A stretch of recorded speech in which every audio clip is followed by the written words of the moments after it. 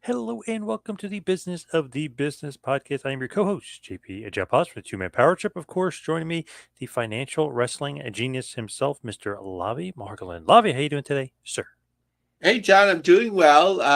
Surprisingly action-packed with news. Sometimes, as we've talked about before, middle of the summer, you think it's quiet, people on vacation, and suddenly, like, it just builds and builds. And I think I have about 35 pages of notes today. A lot of stuff to talk about, and it's very interesting kind of to start off because we've talked about Tubi before, but I mean, we've really never started off the show with Tubi. But this is very, very interesting, obviously, from Fightful, from Sean Rossett, but what's going on with Tubi and maybe Freddie Prinze Jr. Yeah, so just a little bit of a tidbit shared by SRS, a GCW wrestler from Fightful.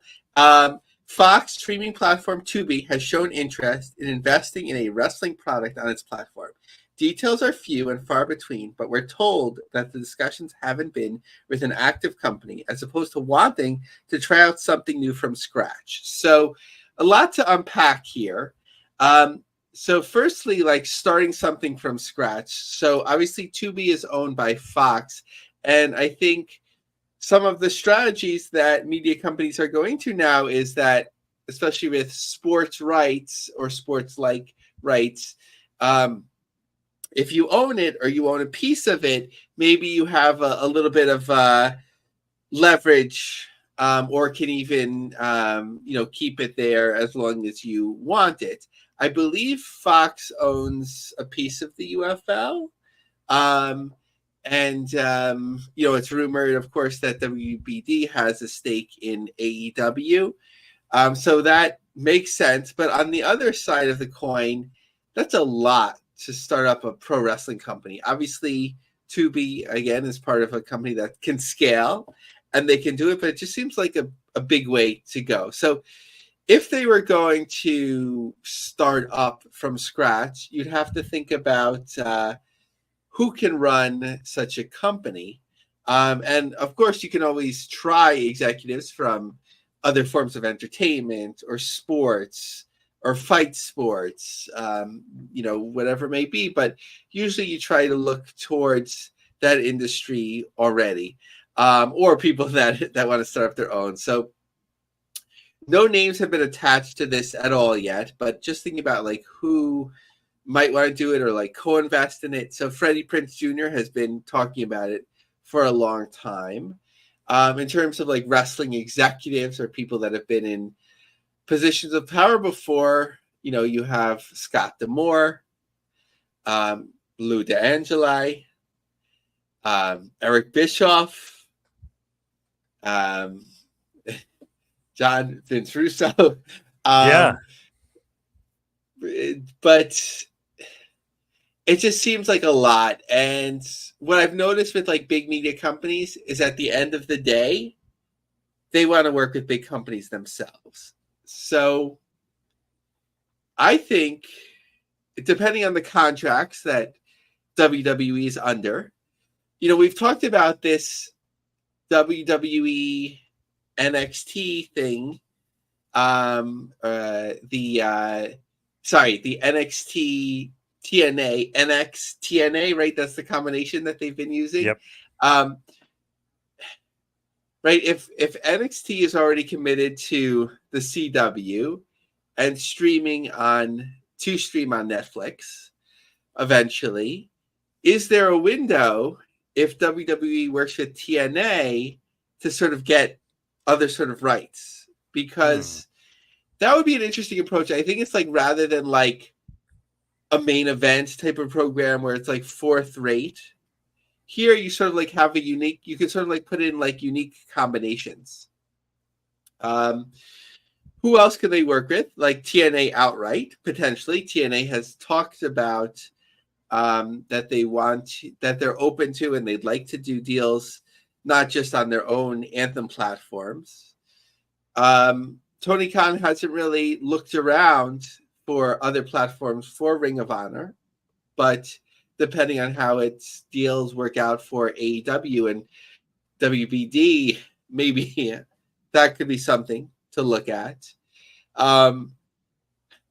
there's a whole issue with MLW where they were apparently going to announce this big deal with TUBI, and then allegedly Stephanie McMahon called and got that squash, and obviously that led to a lawsuit where it was reported ultimately that MLW got $20 million, simplifying that, but some of the larger touch points of that.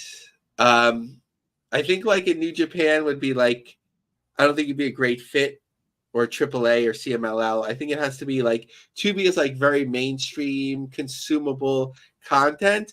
So even though we love the alternatives, I think it has to be like a type of product that feels very mainstream. Now, let's say they were going to try to build up their own thing.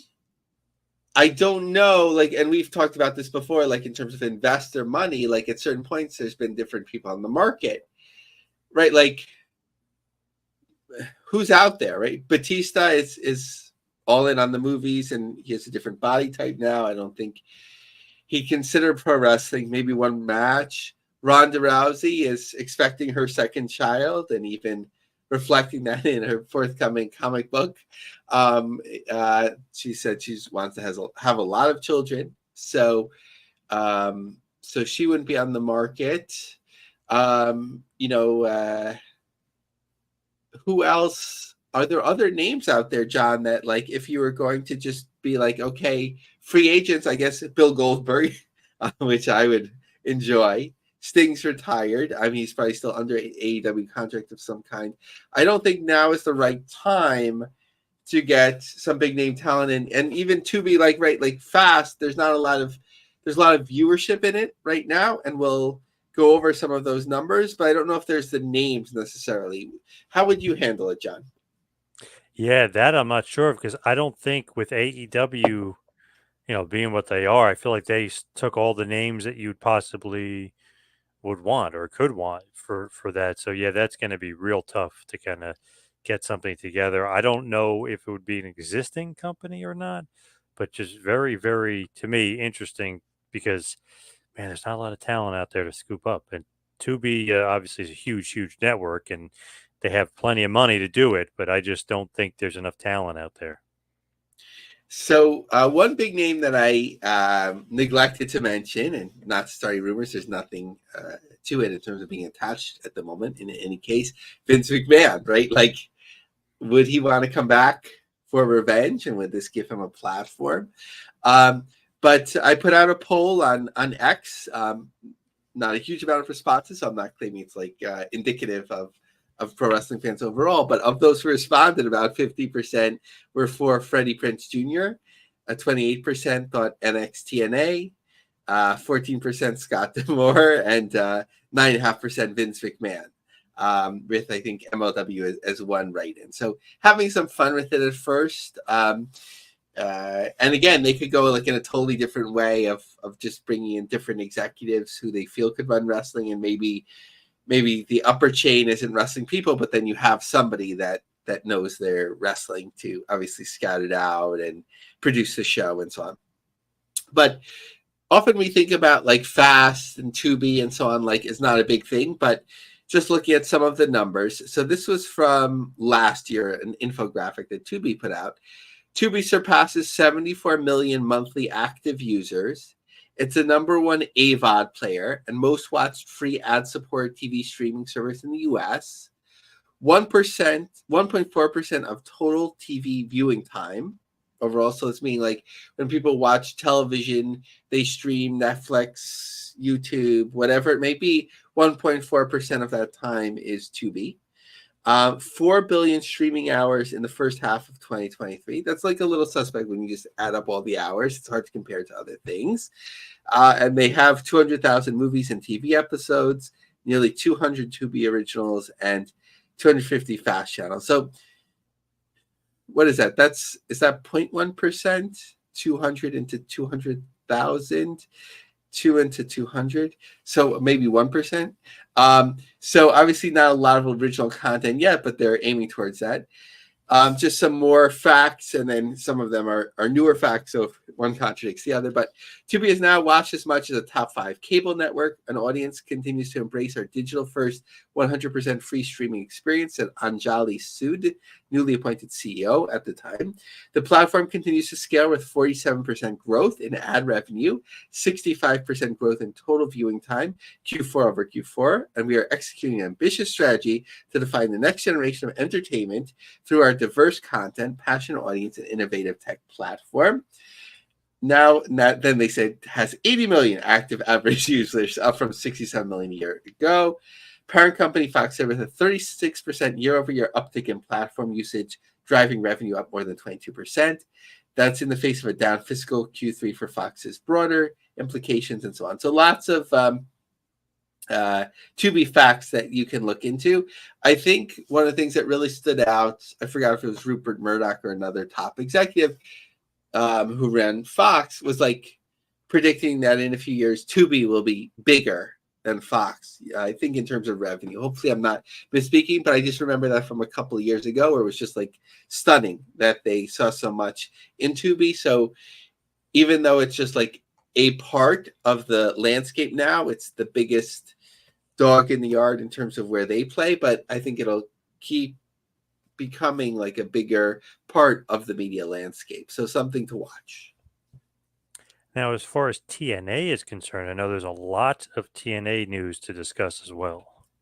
So firstly, one of the strengths of Anthem, which we've talked about a number of times, is their ability to distribute not only through streaming platforms where they're very wide in that way, but they have international distribution as well. Less so for TNA than in years past, but still a strength of theirs. So an existing relationship that they have is Warner Brothers Discovery's Eurosport India, which of course already airs AEW and I believe continues to air New Japan, and years ago had Ring of Honor as well. So TNA's been on there for a while. So this is going to be expanding their relationship. Anthem said its TNA Wrestling has expanded its relationship under Eurosport India. Under an exclusive multi-year agreement, Eurosport India will carry hundreds of hours of content, including original series, pay-per-view, and top matches that are in India, Bangladesh, Bhutan, Maldives, Nepal, Pakistan, and Sri Lanka. Earlier this year, Eurosport agreed to carry 8 new TNA Plus Presents specials a year, plus new episodes of the Hindi language TNA Impact highlight series, Pewani Patak. This expanded deal is a testament to how powerfully TNA has resonated with audiences throughout India and its subcontinent, said Ariel Schneer, Senior VP. WWE clearly recognizes the value that TNA brings to the Eurosport India platform, and we are proud to continue our successful partnership with them. The new deal includes the weekly flagship series TNA Impact and pay-per-view, such as Bound for Glory and Slammiversary. Other highlights include access to legacy series such as Epics, Greatest Matches, Legends, British Boot Camp, and TNA Unfinished Business. Pro wrestling has been an integral part of childhood in India, creating a nostalgic connection for many. Cultivating this connection has been key to the growth of Eurosport's passionate fan base, said Ruchir Jan, head of distribution sports South Asia. The collaboration underscores our commitment to delivering top-tier sports entertainment, and we look forward to providing our thrill-loving audience with exceptional wrestling experiences through this partnership. So that's one thing. Next, okay, actually, before we move on, Warner Bros. Discovery began broadcasting curated TNA programming in the region in the first quarter of 2020. The promotion continues to resonate with its viewers in India and its subcontinent, and has firmly established itself as the number 2 data-supported genre brand in India, amassing more than 2.5 million Facebook followers in the country. TNA's global reach has grown as well, with the promotion attracting over 4.4 million YouTube subscribers worldwide. Next, moving across to TNA in the UK. First of all, there's rumors now that TNA's flagship event, I believe Bound for Glory, will resonate from the UK because people saw a promoter saying that Moose will be there in October for potential appearances and seminars and so on. So people are sort of connecting the dots. Remember, like about a month ago, people were speculating that it was going to be in London, where TNA said that's going to be in a top 10 media market and somewhere that they haven't run a pay-per-view before. So connecting the dots there. But in some sad news, TNA Wrestling UK announced that they're deeply saddened to hear about the passing of Chris York, a leading UK promoter and director of SJM Concerts. Chris was a fundamental part of bringing TNA to the UK, our huge Wembley Arena shows and accompanying tours.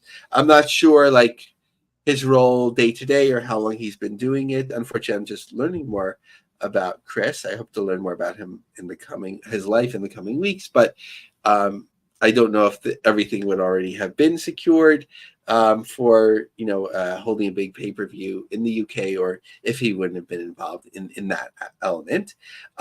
So of course, everyone's been talking about Slammiversary, and we have too. The big win in Montreal, that it was sold out, all that good stuff. Some TNA fans were getting a little bit like too excited, so like being like, we're back, and like posting pictures of like Slammiversary and then showing the AEW residency in Arlington, especially the first night, which was sold out, or pretty nearly that of 1,000 or 1,100 capacity, whatever it is, and be like, look, TNA is better than AEW and so on. So like people can manipulate information and data how they want. But for me, I like to look at the long-term trajectory, even what happens the next day. So we know that tapings can be difficult the next day to draw fans, and that was true even post Slammiversary.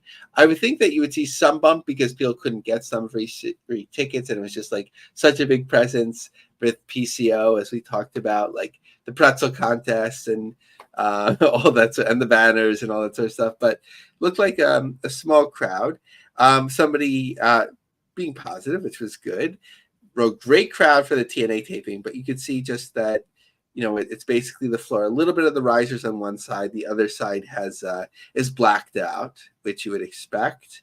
So that's that. But an interesting part about Slammiversary that we didn't talk about last time, that the Knockouts match was sponsored by the upcoming movie Detained. So at first I was looking, because we know that Anthem owns a distribution or production company related to movies. So I was like, is this is this in-house? But I don't believe so. I think it's another company.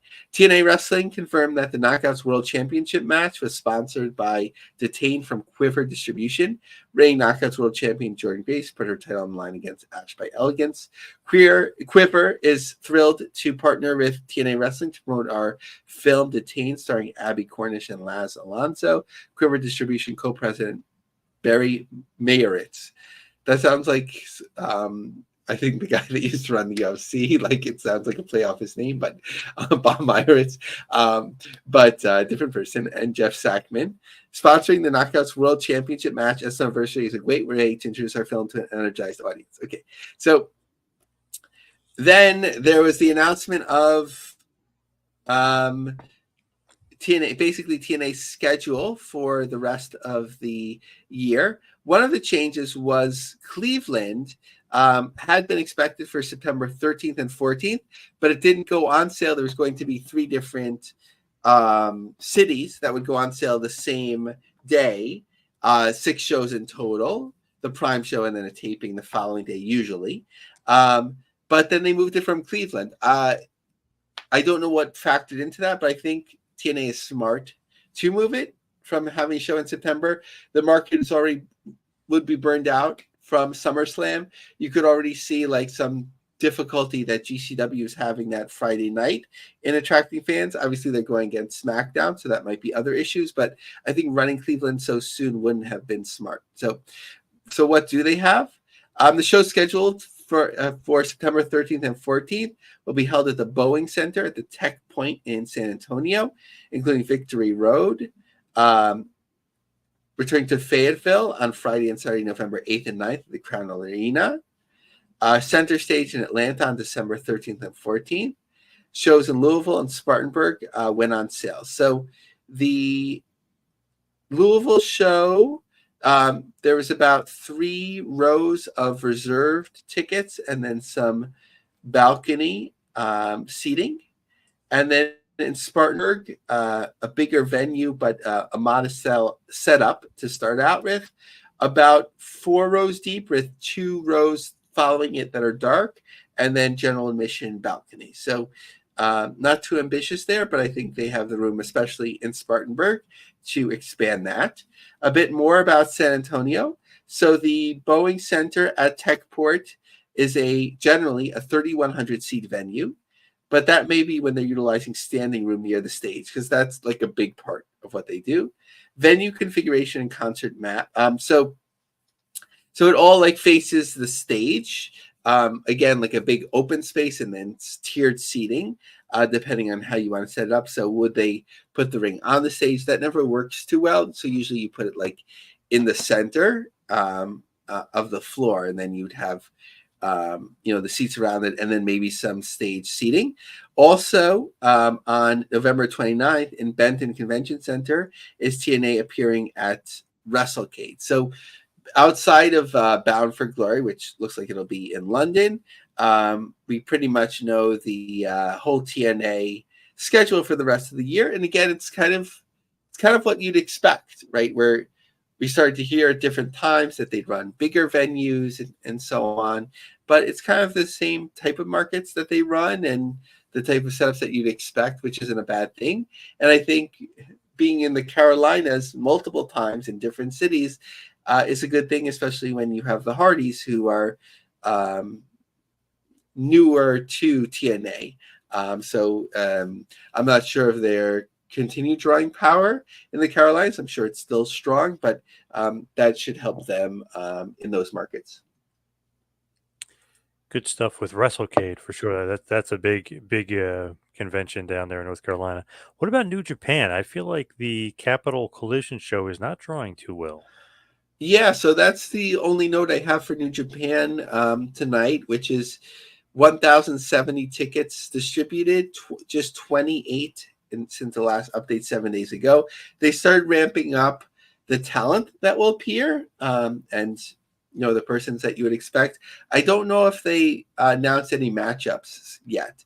So this style of just like saying like it's New Japan, it will draw in a market that they're in at least once a year, and then saying here are the talents, and a lot of whom are crossing over into AEW already, and then not announcing the matches. It just doesn't seem to be working. Sometimes you'll see things pick up in the 2 weeks prior, but again, just 1,070 tickets distributed of a setup of 2,778, according to WrestleTix. How about GCW? What's going on with GCW? So just a little tidbit that I will credit myself for in terms of their upcoming show in Hawaii at the Convention Center. I found the Hawaii Convention Center events calendar for their November 2nd show, which was known. But it listed actually the attendees, meaning the capacity, since tickets aren't on sale yet. So they're set up for 600, which is about the same that you'd expect. Although I'm curious to see like what shows they do around that, because going to Hawaii for 600 people is a pretty long way. Although they go to Japan for about the same amount, but they're doing teaming with other companies, and they're doing a triple shot this time. So it doesn't mean that they have to have other reasons to be all the way out in Hawaii, like other shows in Asia or in the Pacific or something like that. But it is a pretty long way to go, and they did book it well in advance. So my just speculation is that something is cooking. Next is that you don't always see a state representative tweet about GCW, but Mitch Gore tweeted out, sometimes being your state representative is just fun. This past weekend, Brittany and I attended a GCW wrestling event in the district, headlined and promoted by my friend and constituent Spider Nate Webb, which is cool. So the aforementioned show we talked about in Cleveland on August 2nd, just 367 tickets distributed in a setup of 1,150. They're starting to announce some different talents, some crossover talents like Jinder Mahal, but I'm not sure how much that will lead to greater ticket sales. In LA, they've added a fourth row ringside. 10 or more tickets are available with general admission still available. And looking at Homecoming in Jersey in late August, I would say moving along, but a little bit slow. Just a few third row tickets left, and fourth row ringside is 10 or more. And that's just night one. There's second night as well. And in Chicago on August 31st, you can still get 6 or more second row seats. So that looks a little bit slow as well. What is going on with OVW? I feel like this big show in Kentucky is not off to a big start. John, I feel a little bit bad because I discovered the show and then it was on Ticketmaster and that it was like such a big venue that I'm grateful for WrestleTix for following it and tweeting it out. But when WrestleTix like commented on my post, and then certainly when WrestleTix tracked the numbers a couple of times, people are going banana, as Pat Patterson would say, like just dunking and dunking and dunking on OVW. And like Matt Jones has been so kind to be on our show. Mr. Pictacular's a fan. So like I don't want to not treat OVW well, and I'm sure they could take it, right? But everyone is just fascinated by this venue that they've used the maximum capacity, 6,508 in Pikeville, Kentucky. The Appalachian Wireless Arena looks like a cool place. That how can they possibly sell, a decent amount of tickets to make this make sense? We've talked about how, they can do a quarter setup, which ultimately I think that they'll end up doing if they're paying attention, if it's worth their while to do so. But they've just moved 36 tickets since the last update from WrestleTix. Tickets distributed is listed as 417. Again, like I talked about, based on the patterns that I'm noticing, I think it's a lot less than that. So we'll have to see with that. But this Dan O Seasoning Company, seems to, they're sponsoring their national tour. Just meaning that they're in a number of markets. They've been in a number of markets that are outside of their region. So August 10th, they're in Cheswick, Pennsylvania. Let's see where else. They're going to be in Cincinnati on August 16th and August 17th in Warren, Ohio. So those other, actually Packard Music Hall in Warren, Ohio, I think that's a bigger venue. So we'll have to check that one out too. If it's on Ticketmaster, I don't know if I should tag WrestleTix again, although I'd like to track that one too. But generally, these are smaller venues. But hopefully it's being covered by the sponsorship. I mean, as we talked about, like with WWE and AEW not running a lot of these markets, it's worth being ambitious, but to a certain degree. How about NWA? What is the latest with Kerry Morton, the Crockett Cup, and the NWA? So a really the nice article in Kerry Morton's hometown paper, the Herald Courier, written by Tim Hayes. And I'm a big Kerry Morton fan. I think he's like the shining light of the NWA. Kerry Morton paired with Alex Terra to win the NWA Jim Crockett Senior Memorial Cup Tag Team Wrestling Tournament recently, and the major achievement held some extra special meaning for the 23-year-old grappler. Morton was born in Bristol, Tennessee, graduated from Sullivan East High School, and later was on the cheerleading squad at King University. Jim Crockett Sr. was a Bristol native, a Virginia High alum, attended King, and briefly played football for the Tornado before entering the promotion game. Yeah, this victory hit a bit different. Bristol is a special place to me, filled with memories and milestones in my life. Sharing the connection with Mr. Crockett is incredibly cool, not only as a wrestler, but a professional wrestling fan. It's an honor to share such significant ties with someone who has had such a profound impact on the world of wrestling.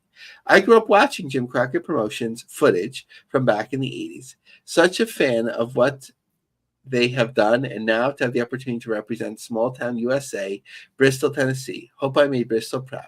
One person very proud is Kerry's father, Ricky. I'm just skipping the bio about him because we know that. Morton was in Kerry's corner during the tournament held at the OC Theater in Forney, Texas. Winning the Crockett Cup means a lot to me, Kerry said. I've often dreamt about moments like this, and achieving something my father never accomplished is pretty surreal. It's a proud moment for both of us and adds to the legacy of the Morton name in wrestling.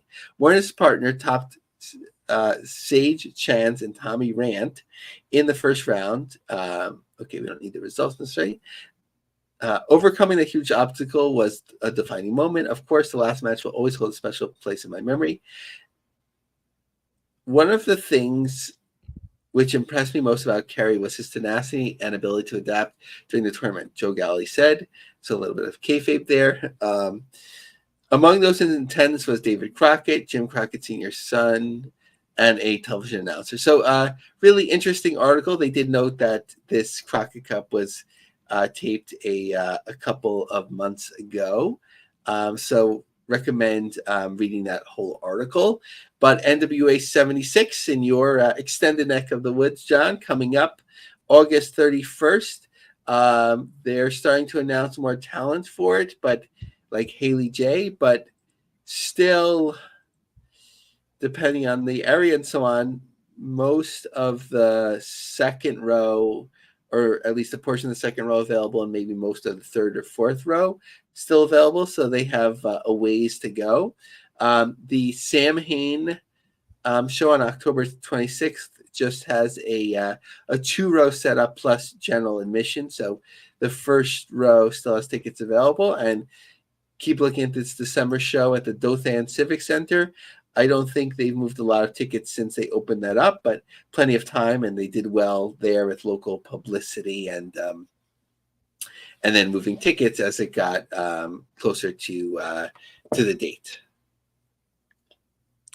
As far as MLW is concerned, what's going on with them? I know they've got 4 or 5 big shows coming up.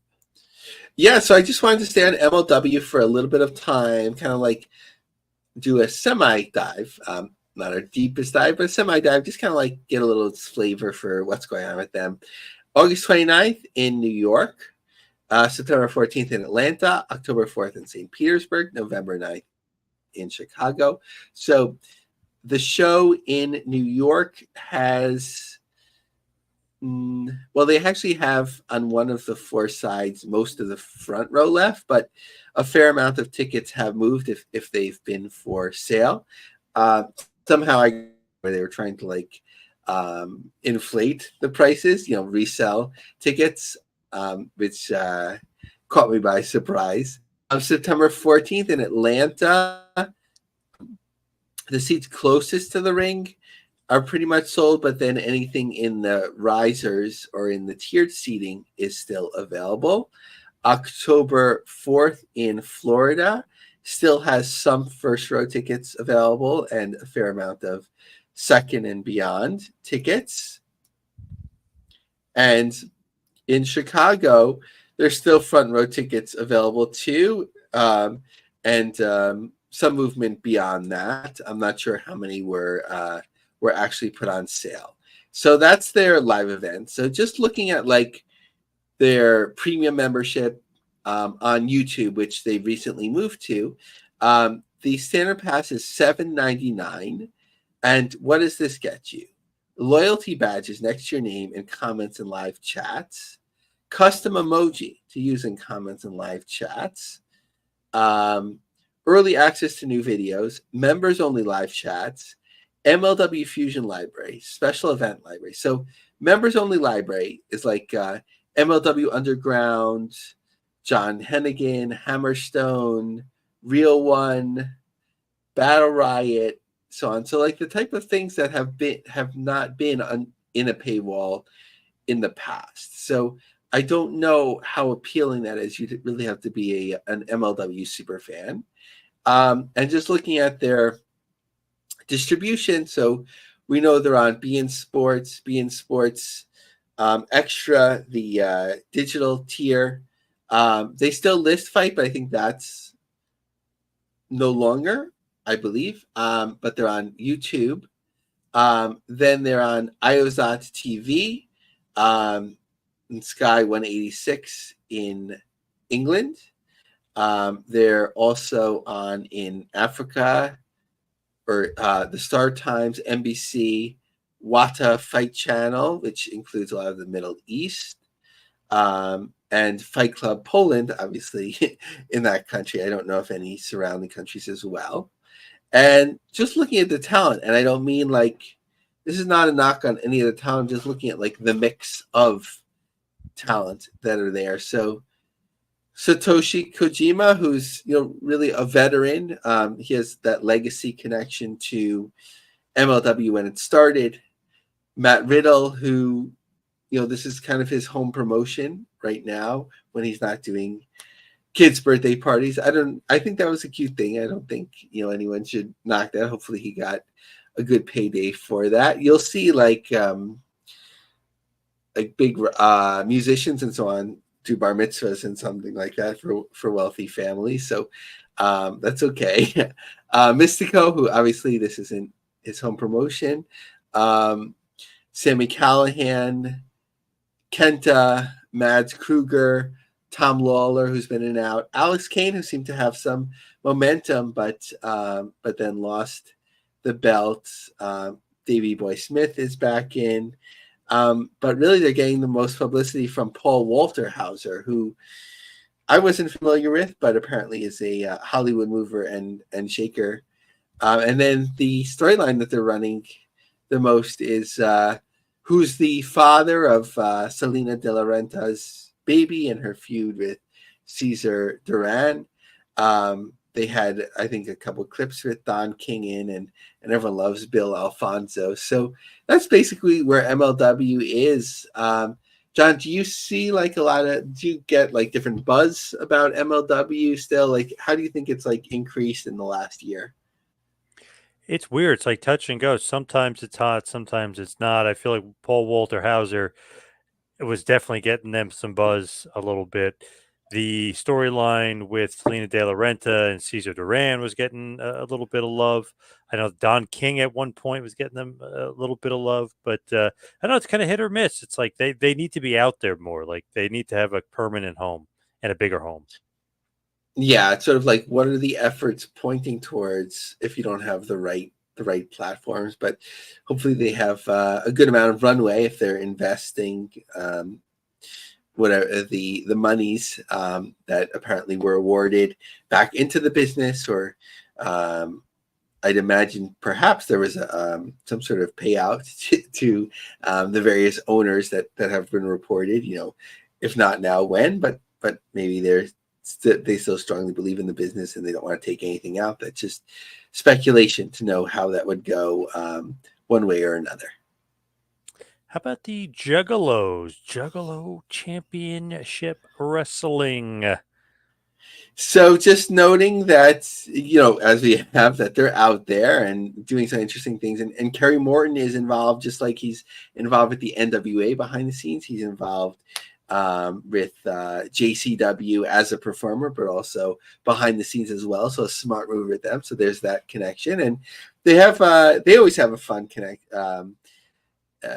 collection of talents, but Willie Mack, Officer Colt Cabana, Sammy Callahan, Kerry Morton, as we talked about, Matt Cross, Congo Kong, Danny Moe, and if I recognize all the names, then that speaks well. But just for example, as we're taping this and through the weekend, they're doing a triple shot. Fort Wayne, Indiana, Newport, Kentucky, Pontiac, Michigan. So they'll be around in one form or another, but we have to see how these shows go if they continue increasing the volume. What's up with the AEW? You've got some AEW news. Yeah, just a tidbit. We've heard about the WWE success with the championship belt and the replicas. So this AEW one seems like a lot lower profile, but if there's a space in the market to do it and interest, why not? AEW and the Southland Conference have announced that AEW will provide a custom branded AEW SLC championship belt to the winners of various upcoming Southland Conference tournaments across multiple sports. As part of the announcement, Dax and Cash will have a special message for the SLC on Southland Football Opening Drive, which aired on ESPN Plus. The AEW SLC belt presentation will take place at every SLC championship event. Southland was founded in 1963 and comprises 12 schools within a driving range of the state of Louisiana and Texas. John, you're more of a sports guy. I never heard of Southland Conference. Are you familiar with it? I'm actually not, surprisingly. I'm not familiar with it at all. Okay, so it's not necessarily a condemnation of the Southland, but neither of us have heard of it. So more investigation is necessary. When you're looking at like championship belts and stuff, WWE still can't sell Jacksonville Jaguar belts, correct? That was pulled. Right, but I don't know.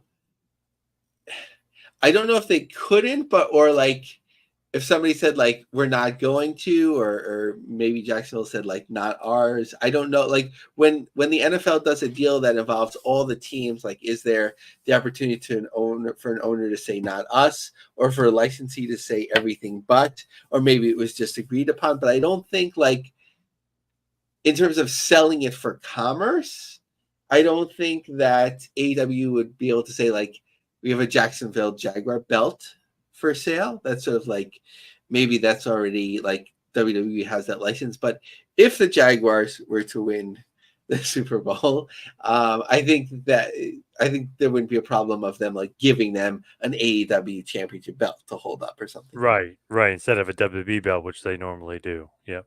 Yes. Now, speaking of WWE, what is going on with WWE? SummerSlam and big tryout, I guess. Yeah, so this is just like WWE continuing to maximize profits and opportunity, right? They talk about all the different events that they have and that they sell to a city, and now that included for WrestleMania, Undertaker's one man. I don't know if you call it a stand-up routine, one man show or interview, whatever it was. But here now, when they tend to run tryouts in cities, they're going to charge tickets for fans to go, a priority pass, and I think that's a smart idea. Um, I assume WWE doesn't charge people that try out to try out, unlike a lot of wrestling companies in the past and the present. So that's a cost for them. So they can either defray the cost or make money by charging fans to attend. And secondly, it's smart because if you encourage the fans to react to how people are doing, you could see how they do under pressure, right? Sometimes you have experienced workers that are coming in. Other times they're just inviting athletes that they feel have potential. I think Evander Holyfield's son is one of them. I'm not sure if this is when he's trying out or what that story is, but like if somebody tries something out and they mess up and everyone boos them or heckles them, you can see how they react. Can they not handle it? Whatever it may be. So it's a good time to test people. You don't want to test people too much, in that sort of experience. But I think like there's a couple positives about doing something like this right away. Very interesting stuff, just as far as the tryouts, because the one that they did last year was on Roku. So I wonder if how public it will be, because obviously the public would then know who was eliminated and everything. And the show on Roku was who's going to be eliminated each week. The drama of it all. So be wondering if it'll be done in the same way, in the same light, or how much the fans that are there will actually see, or maybe even have to sign off on, not spilling the beans on some of the stuff. Yeah, no, that's a good point. But as you're talking about it having been serialized in some point already, then there's the risk of like trying to bring in like a ringer and have them win, and then like you can use the footage, or maybe somebody does like with an audience there, somebody does something like staged out of the ordinary, and then like be like this person's unhinged and have them attack a couple plant fans in the audience and so on.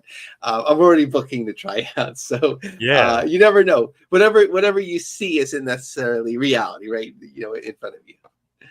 Yes. All right, Lavie, a lot of news this week, a lot of different viewpoints as far as a lot of promotions, a lot of leagues. TUBI could be getting hot again, which is very cool. WB is announcing more shows, more dates coming up, which everybody should keep their eye on as well. But let's hit the plugs and head towards the finish. Follow me on Twitter and Instagram at 2Man Power Trip. Lavie, what do you got? Follow me on X at Lavie Mark, LAVIE MARG. We are the official business podcast of PW Ponderings. We're distributed by the Creative Control Network. And check out our LinkedIn group, The Business of the Business. All right. Thank you, Lavie. Thank you, everybody out there, for listening. See you right back here next week for a little business